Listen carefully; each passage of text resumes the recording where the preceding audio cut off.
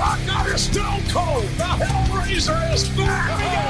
Evolution of the Shield. John Cena versus the Showstopper. Hulk Hogan and The Rock in the same ring. You will never take my place at the head of the table. Undertaker with a Hell's Gate submission. Oh my God! What?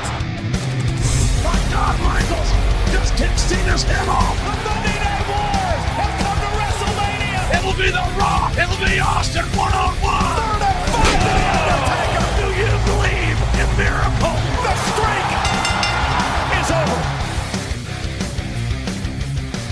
Hey guys, what's going on, and welcome back to Rivalries on the WWE podcast, as I am finally back to my Friday schedule, and I am looking to keep that more stable.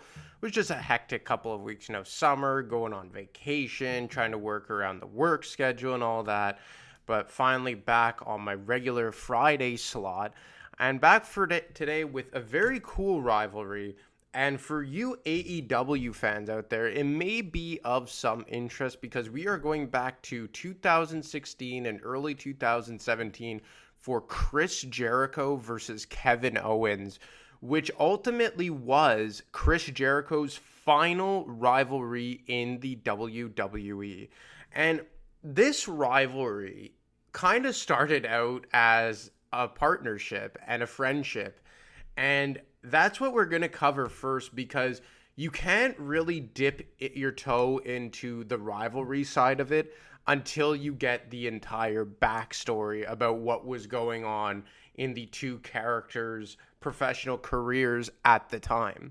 So, we're going to start by going back to the summer of 2016 when the brand split, easy enough for me to say, was reborn in the WWE landscape, and something that had gone the way of the dodo bird for just about, I would say, 4 or 5 years at this point, at least from a strict rule perspective. And both Jericho and Kevin Owens were drafted to Monday Night Raw by, at that time, then Commissioner Stephanie McMahon and then General Manager Mick Foley. So we all know that the Universal Championship was debuted at SummerSlam 2016 and was won by the first ever champion, Finn Balor. But as we all infamously know, Finn Balor hurt his shoulder in the match and had to relinquish the title the very next night on Monday Night Raw. So Mick Foley had a tournament put in place, that would crown the new Universal Champion. And it was really unfortunate that they were trying to get this world title off the ground, and the first ever champion, Finn Balor, who had just come up to the main roster, a big title victory for him, was injured right off the bat. So it ultimately culminates in a fatal four-way match between Kevin Owens, Roman Reigns, Seth Rollins, and Big Cass to crown the second ever Universal Champion. But in a lot of ways, it was to crown the first ever Universal Champion, the first ever guy who would have an actual run with this title on Monday Night Raw. So as this match unfolds, Big Cass gets eliminated first, and then when it's down to Owens, Reigns, and Rollins, a returning Triple H comes back into the ring, a Triple H we had not seen since WrestleMania of that year. So this is about a 5-month hiatus that we had not seen Triple H, who pedigrees Roman Reigns on the outside, slides him into the ring, and gives Seth Rollins the 1, 2, 3. And just when it seems like Triple H is going to help Seth Rollins again become the Universal Champion, or a World Champion, because Rollins had never won that title to this point, an unexpected turn is something that benefits Kevin Owens. And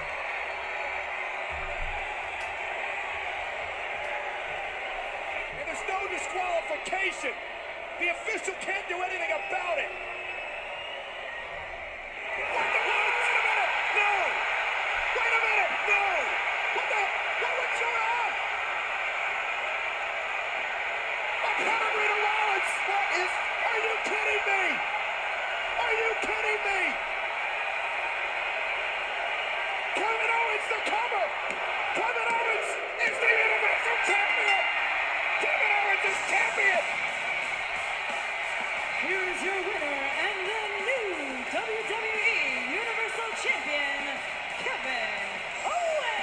did we just witness?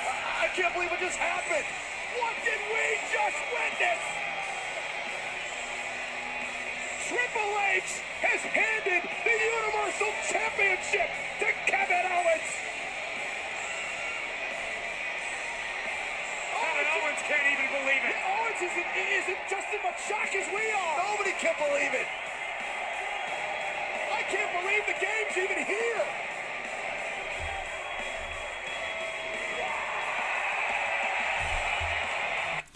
So Kevin Owens, with the help of Triple H, wins the Universal Championship, and in a lot of ways was the first ever champion of on Monday Night Raw, holding the Universal title. And I know it's technically Finn Balor, but when you hold the title for less than 24 hours, don't get an actual run with it, you're not really remembered. And, you know, Finn Balor never got his actual run with the title. So this is really what kicked off this era of Monday Night Raw, with Kevin Owens at the top of the mountain. And somewhere along the line, I still remember to this day, him and Chris Jericho formed a friendship and an alliance. And I remember the backstage segment where Chris Jericho would say he could trust nobody, he has no friends. And Kevin Owens walks by and looks at him and says, "I'll be your friend, Chris." And, you know, they had such amazing on-air chemistry. It was something that made Monday Night Raw special. And, you know, nowadays when we watch Raw and we watch SmackDown, it's so easy to say, you know what, SmackDown is the much better product. But at this time, a very underrated special time in WWE, you could make the case that both brands were on equal footing. Because you had Monday Night Raw that, since they had gone away with the brand split for the 5 to 6 preceding years, had really just overtaken SmackDown. And we've said it numerous times, when both brands aren't their own exclusive entities, Monday Night Raw, just by osmosis, will take over as the main show. But when they split the brands again, you know, AJ Styles went to SmackDown, John Cena went to SmackDown, Bray Wyatt went to SmackDown, the WWE champion Dean Ambrose went to SmackDown. You know, all these guys went over to SmackDown, and they left Raw with very good talent, but some talent I think that in terms of main event wise was a little stale. Like the Seth Rollins heel character was starting to get a bit stale. We all know what the Roman Reigns babyface character was all about. And those were like the two golden gooses for Monday Night Raw in the draft, were Rollins and Reigns. But like I said, they were legitimate main event talents by then, but I think the crowd wasn't that into them at this point. And lo and behold, this was kind of like the unofficial babyface turn for Seth Rollins after being an overwhelming heel and arguably biggest heel in the company for the preceding 2 years. And they took advantage of a guy in Kevin Owens that was over with the crowd. Yes, he was a heel. Yes, he had only won, I believe, the Intercontinental Championship to this point as his biggest claim to fame on the main roster. But he was the right guy at the right place at the right time. And especially when you consider that Finn Balor got put on the shelf so quickly into his main roster run, and his, you know, a day into his run as the first ever Universal Champion, they couldn't just go with the safe pick and put it on Seth Rollins, or go with the safe pick and put it on Roman Reigns.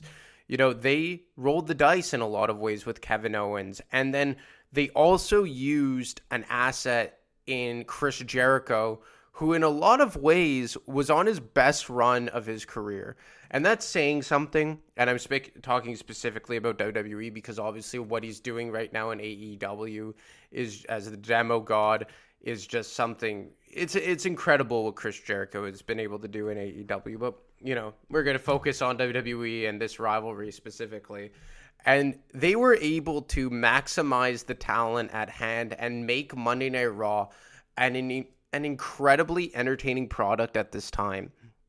And, you know, Chris Jericho and Kevin Owens became focal points of Raw for the following 4 or 5 months, well into the winter and into 2017.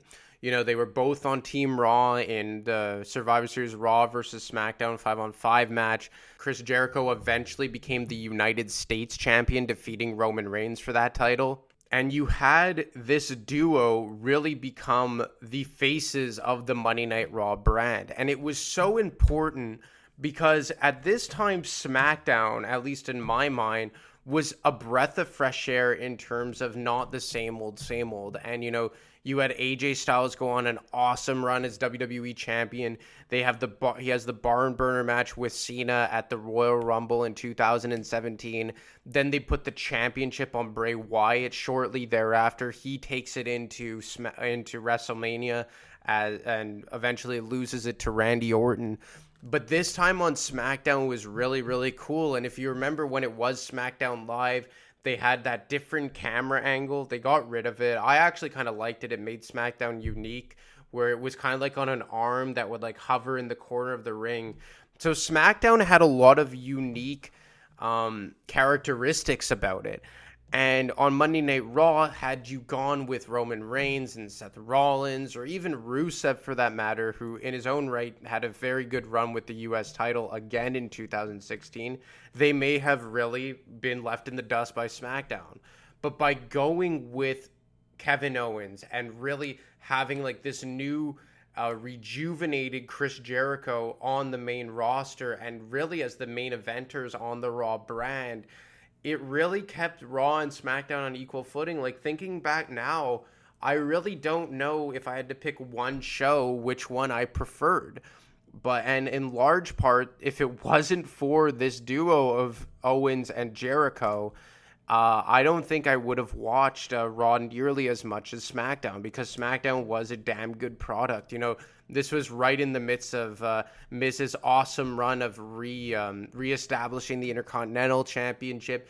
Dolph Ziggler had a solid run and rivalry against the Miz in the fall of 2016 for that Intercontinental Championship. Like, SmackDown was just really a breath of fresh air at this time, and what Raw did with Owens and Jericho really counteracted that. So we have Owens successfully defend the championship against Seth Rollins at Hell in a Cell. Then at the Royal Rumble, we have the famous last man standing match or hardcore match. I forget what exactly it was, between Reigns and Owens, and you have Jericho suspended above the ring in the shark cage. Just so funny. These two were just so natural at comedy.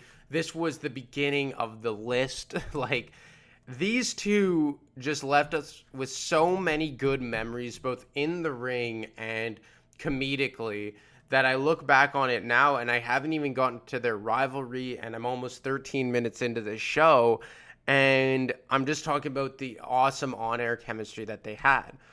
But as we all know, good things must come to an end. And just about in February of 2017, we start to see some cracks in the armor in terms of the Kevin Owens Chris Jericho relationship. And it all culminated at the Festival of Friendship in, I believe it was Las Vegas, in February of 2017. And when Jericho was throwing this celebration for Kevin Owens, who was still the Universal Champion and he was the United States Champion, things took a turn for the worst for Chris Jericho. Working with you, being your partner, it's made this last year in the WWE one of my favorite years of my entire career. And a lot of that's because of you. Okay? It really is. I mean, I've had a lot of friends in this business and a lot of partners, but I haven't had the chemistry with any of them like I have with you. It's been a joy. You've made my job here and my time here in the WWE a better place, and I wanted to thank you for that. Okay? And forget about the magicians and the artwork and the Gilbert. Here's the biggest present that I'm going to give you. I'm going to guarantee you that at Fastlane, you're going to beat Goldberg, because I'm going to make sure of it. Okay? I've got your back every time, just like I did with Sami Zayn and Roman Reigns and Seth Rollins and all of them. You always come out on top because I always have your back, all right? Okay? And at Fastlane, you will beat Goldberg because I've got your back. Okay? And you know why? It's because you're my best friend.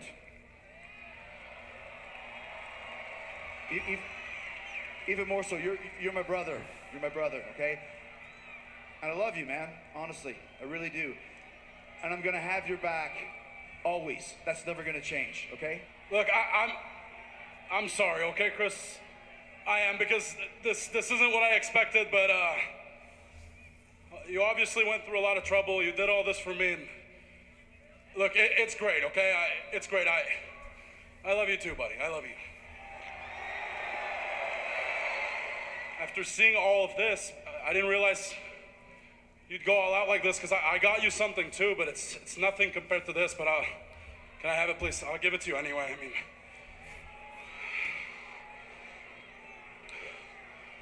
like I said, it's really not much, especially not compared to this, but it comes from the heart, man. Thanks. Go ahead, open it. Okay. Dude, I can't. I didn't know you were gonna get me anything. I know it's not much, but it's perfect. A new list. I mean, it's great. I mean, the other list is getting beat up and it's getting full.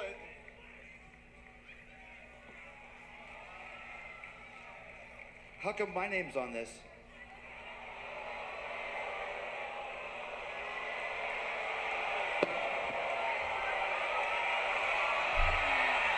Oh my God! No!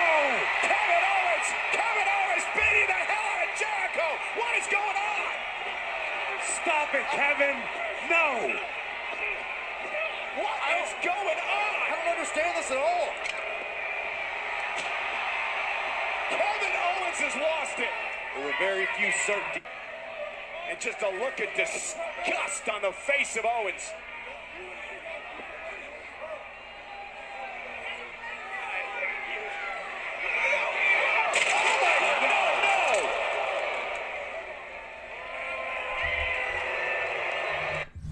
So Kevin Owens turns on Chris Jericho and caps it off with slamming Jericho's face through the Jeritron 5000 or whatever he was calling it at that time. And that takes Jericho out for several weeks. And ultimately, this was a way to keep pushing the Kevin Owens character as a sadistic main event level heel, because in a lot of ways I found that Kevin Owens had become more comedic because of his partnership with Jericho. And this was a good way to reestablish Owens as more of the character as we knew him in NXT, and what had made him so popular and what got him so much heat coming into the WWE when he debuted against John Cena in May of 2015. But as Jericho mentioned, this was leading up to Owens' match against Goldberg at Fastlane for the Universal Championship. And we didn't see Jericho for a couple weeks until right before the main event match of Fastlane of Goldberg versus Kevin Owens. Kevin Owens doesn't have to win this. No question about that.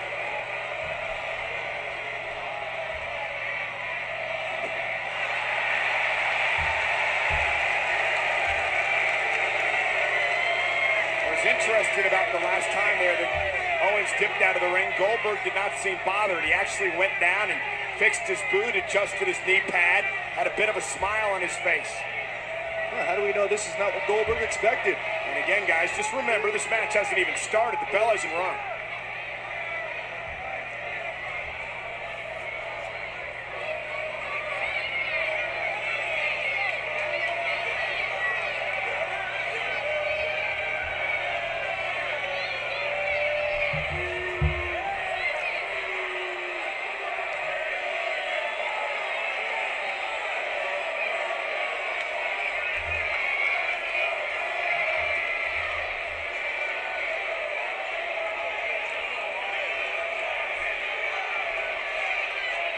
And I guess the champ's ready now.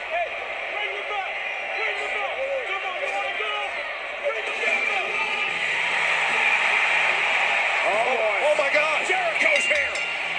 Owens, former best friend. The bell is rung. The bell rung. Spear by Goldberg. Spear by Goldberg. Owens was distracted. Guys, Oh my God, Goldberg. with a jackhammer. There's the cover. Goldberg's the Universal Champion. Here is your winner and the new Universal Champion, Goldberg. Chris Jericho, who saved Kevin Owens championships on many, many occasions, has just cost KO the title tonight. So Chris Jericho returns, distracts Kevin Owens, spear, jackhammer, the entire Goldberg story. And this really sets up a match between Jericho and Kevin Owens for WrestleMania. Because remember, Chris Jericho was still the United States champion at this time. And look, Jericho said it when he was on Broken Skull Sessions. I think it was kind of obvious in terms of booking. The match was supposed to be for the Universal Championship between Jericho and Kevin Owens, and it would have been better. But obviously we know WWE's infatuation with the likes of Goldberg and Brock Lesnar and all this.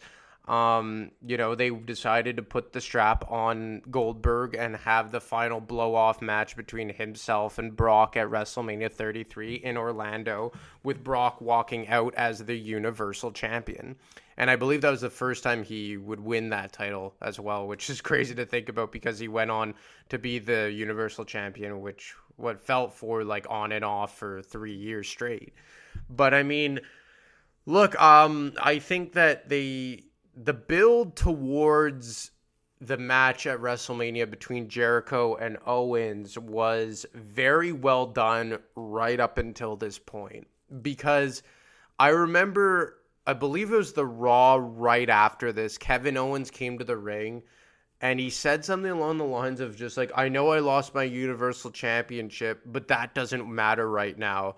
I want to take you on and challenge you for and take your title away from you, the US title. And, I remember just hearing that and just like, so let me get this straight. You were the face of Monday Night Raw, in a lot of ways, the first ever Universal Champion, the guy who established that championship as a legit world title in WWE, and it had just been created out of thin air not 6 months prior. And you lose it by getting squashed by Goldberg, for a lack of better words, and now you want to set your sights on the US title and Chris Jericho. It just like, and I know that the personal rivalry of him versus Jericho was supposed to take precedent over the championships, and it was a way to get another title back on Kevin Owens, because it was clear that they wanted to give Brock an extended run with the Universal Championship. And after winning it, he held it for a year and a half following his win versus Goldberg at WrestleMania 33. But all this to say, it really fell flat for me. They did all this magnificent long-term booking between Jericho and Owens, and Jericho becoming U.S. champion, and Owens getting a long, extended, legitimate run as Universal champion.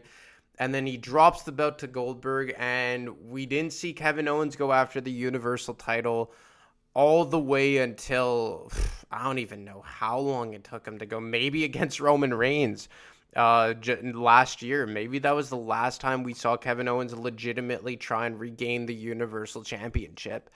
But look, nevertheless, Jericho and Kevin Owens have a match at WrestleMania, and it's the second match on the card, and Jericho spoke very descriptively about how he felt about that match, and Owens goes over rightfully and wins the United States Championship and starts his Face of America gimmick, which was a very underrated gimmick for Kevin Owens, as he gets drafted over to SmackDown shortly thereafter. And Kevin Owens as United States Champion was one of the best runs he had, to be quite honest with you, and he had an amazing rivalry with AJ Styles over the summer of 2017. Another rivalry I'm sure to cover one of these days. But his victory over Chris Jericho just didn't feel all that important, because they kind of pulled the rug out from Kevin Owens and Chris Jericho before they could get to that WrestleMania match. And him dropping the Universal Championship and then being built as kind of like the sixth most important match on the card at WrestleMania. It was like, you look at the other matches at WrestleMania 33 that were promoted above Owens and Jericho for the US title. You had Roman Reigns against The Undertaker, which main evented the show in a non-title match. You had Orton, who won the Royal Rumble that year, against Bray Wyatt for the WWE Championship. And that storyline almost kind of ran parallel over on SmackDown with Owens versus Jericho, who were over on Monday Night Raw, in terms of how long-term they booked it out from WrestleMania. And the match itself kind of fell flat, too. Then you had Goldberg versus Brock Lesnar. You had Triple H versus Seth Rollins. Then you had the Raw Women's Championship match, the Fatal 4-Way contest of Charlotte versus Nia Jax versus Bayley versus Sasha Banks. So really, you do all this long-term booking, something that's 6 months in the making, two guys that were faces of Monday Night Raw for the last 6 months, and they kind of get booked as the sixth most important match on the card for the United States title in the second match on the show. And as Chris Jericho kind of put it, that's the worst spot you can be on the card, because everyone remembers the opening match, everyone remembers the main event / main events, but the ones right after the first match, that's kind of like a dead spot. And it was unfortunate that this was the big culmination. But this wasn't the last time that we would see Chris Jericho and Kevin Owens cross paths, because on an unexpected night of SmackDown in late April, Kevin Owens got a blast from the past. Oh!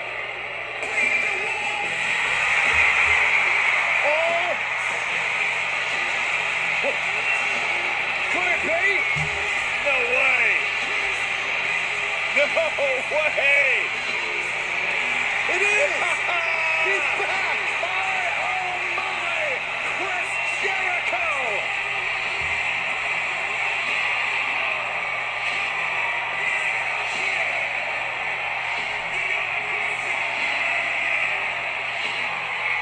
No, we haven't seen Chris Jericho since May, his first night on SmackDown. Neither was his last night on SmackDown. Drink it in, man! Kevin Owens, the one that put Chris Jericho on the shelf. But what a return for the first undisputed world champion, the 9-time. So Chris Jericho shows up on SmackDown after a hiatus, and I'm sorry, I got the time frame mixed up, as he actually had showed up on SmackDown when he was first drafted there back in May. And then he shows up again in July, I believe it was the 25th, right around the middle of July. But at this point, Owens and AJ Styles are right in the thick of their rivalry for the United States Championship. And if you remember, this part of SmackDown, or this era of SmackDown rather, was during the modern day Maharaja run of Jinder Mahal as the WWE champion. And I always found it kind of sad that the WWE Championship felt less important than the United States Championship. And in a lot of ways, Kevin Owens and AJ Styles should have been fighting over the WWE Championship. That's just the fact of the matter.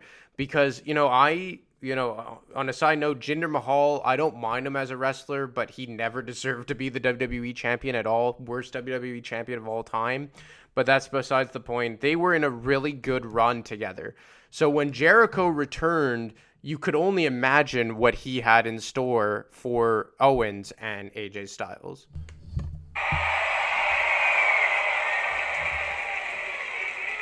And one more time. Quiet! Listen, you can't talk anymore. Shut your mouth, Owens, okay? This isn't Montreal. This is America, man. And I'm sick of hearing you yakking, because the last time I was on SmackDown, I left on a stretcher, thanks to you. But after a few months of rehabbing and CrossFit and eating well, drinking a few beers, I'm back, baby, right here tonight. Oh, yeah. And on top of that, I am back to get my rematch for that U.S. title right here, right now, tonight! Oh, hold on a second, Chris. I mean, we're all glad you're back. We're all glad you haven't lost your sense of humor since you've been gone. But a lot of things have changed. A lot of things have happened. And as of right now, the next guy in line for that United States Championship is me.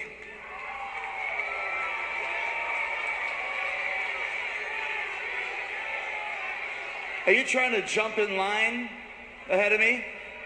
Are you trying to cut in ahead of me? Trying to butt in line ahead of me, AJ? You know what happens?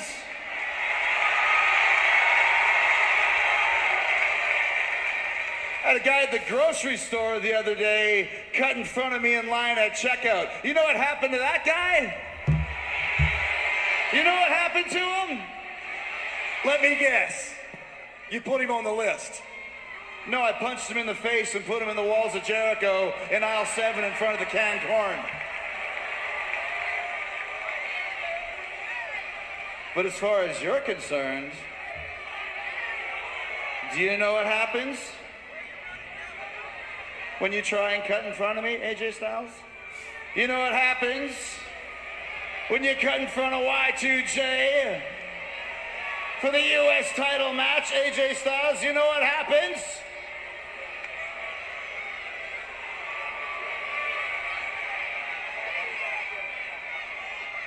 You just made the list! AJ made the list. Oh my god, that little promo is kind of like a microcosm of that entire calendar year for Chris Jericho. And he comes back, and following this, Shane McMahon, who was the commissioner of SmackDown at the time, comes out to the ring and makes a triple threat match between the three of them. Styles versus Owens versus Jericho for the U.S. title that night on SmackDown. A match of which AJ Styles wins and regains the United States Championship. Because at this point, you're in July, and Styles and Owens traded that U.S. title. Oh my God. Like, I'm going to review that rivalry at some point, but they traded that title so many times. I remember it happened at a house show even. There was once when Owens won it on a SmackDown, but he wasn't supposed to win it. It was a botch. It was just... There was so many title changes, but a damn good rivalry that you lose count. But AJ Styles walks away with the U.S. title on this night, and they kind of brought Jericho back for this match to take the pinfall as AJ Styles pins Jericho, and in a way to, I think, kind of protect both Styles and Kevin Owens and use Jericho in a way to prolong the rivalry. And this would completely close the book on Jericho versus Kevin Owens. But not just Jericho and Kevin Owens. It closed the book on Jericho's time in the WWE. Because he never came back after this. He lost in a triple threat match on SmackDown in July of 2017. And fast forward 4 years later, and he is one of the faces of AEW. And... it's sad, I find, because I think they could have done a lot more with Chris Jericho, although he had a damn good run in 2016 and 2017. You know, even him and AJ Styles had a really good match at WrestleMania 32, so they were kind of playing off of that as well in this particular match on SmackDown. But I think that as a whole, the Owens versus Jericho rivalry was a damn good one, but one that could have been even better because they should have been the Raw main event for the Universal Championship. And as Jericho put it, he could have dropped the Universal title to Brock the month later at the following pay-per-view, whatever it was, Backlash or Extreme Rules, whatever the Raw pay-per-view was at that time, because at this point in time, they had Raw and SmackDown exclusive pay-per-views. But nevertheless, even though they missed the boat on a lot of opportunities, they still put up a really damn good rivalry, and in a lot of ways was one of the reasons as to why Raw was able to keep pace with SmackDown in the new era of the brand split in late 2016. Well, anyway, guys, that's all I got for you today. I hope you enjoyed Jericho versus Kevin Owens. As always, you can get me on Twitter at ADeMarco25. You can get Matt on Twitter at wrestling_audio. And you can email him at realwwepodcast@gmail.com. Anyway, guys, I hope you stay safe out there, and I'll talk to you next time.